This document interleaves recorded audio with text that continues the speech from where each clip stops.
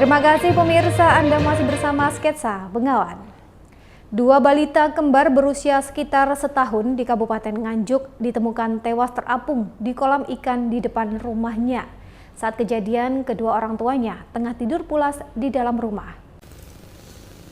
Dua balita kembar berusia 1 tahun ditemukan tewas terapung di kolam depan rumahnya di Desa Babatan, Kecamatan Pace, Kabupaten Nganjuk, Jumat 10 Januari 2025. Insiden tragis tersebut terjadi saat kedua orang tua korban, yakni RH 38 tahun dan PF 43 tahun, sedang tidur siang di dalam rumah. Peristiwa itu baru diketahui setelah Suhartini, tetangga yang sehari-hari mengasuh korban, datang menengok korban. Suhartini terkejut melihat korban sudah dalam kondisi mengapung di kolam ikan. Saksi kemudian berteriak histeris sehingga membuat tetangga dan orang tua korban terbangun. Mereka syok melihat bayi berinisial DI dan DA sudah dalam kondisi mengapung serta tidak bergerak. Orang tua korban membawa bayi ke klinik terdekat, namun nyawa keduanya tak tertolong. Kapolsek Pace, AKP Pujo Santoso mengatakan pihaknya sudah melakukan olah TKP dan memeriksa kondisi korban. Petugas tidak menemukan tanda-tanda kekerasan di tubuh korban, sehingga atas permintaan keluarga, jenazah dua korban langsung dimakamkan tanpa proses otopsi. Kapolsek Pace menambahkan, orang tua balita tertidur lelap sehingga putri kembarnya berjalan keluar hingga tercebur ke kolam ikan. Jam 15.30 mendapat informasi kalau ada bayi yang masuk kolam. Akhirnya kita datang ke TKP yaitu di Desa Dusun Putuk, Desa Babatan. Ternyata di situ sudah ramai orang. Jadi setelah kita lakukan interogasi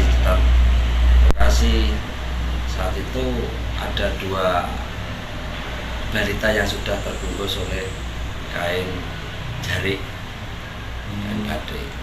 Setelah kita dalami, ternyata sekitar 14.00 itu ada tetangga, salah satu orang tetangga yang mengatakan kalau menemukan anak itu sudah terapung di dalam kolam. Selanjutnya kita dalami, kita hubungi Inafis dan melakukan tindakan olah TKP. Apa diotopsi, Pak? Dari pihak keluarga tidak minta untuk dilakukan otopsi. Yang jelas kita sudah datangkan Inafis dan puskesmas setempat. Waktu kejadiannya orang tua kemana? Dari hasil semua interogasi semuanya, ternyata sebelum kejadian itu anak itu bahasa Jawanya itu ditidurkan atau dikeloni siang, tidur siang, akhirnya ditemani oleh kedua orang tuanya karena mungkin kecapean dari orang tuanya bekerja. Yang biasanya pintu depan itu selalu dikunci kalau diajak tidur siang itu anak-anak. Jadi mungkin lupa atau gimana, orang tua tertidur, dua anak ini bangun keluar rumah sendiri. Dan yang biasa memandikan, yang ngomong itu kan tetangganya itu karena orang tuanya sibuk bekerja. Yang laki kan sebagai sopir truk, yang perempuan jualan, ya ala kadarnya jualan. Itu anak keberapa, Pak, dari anak keluarga? Yang kedua. Jadi selisih anak yang pertama 11 tahun.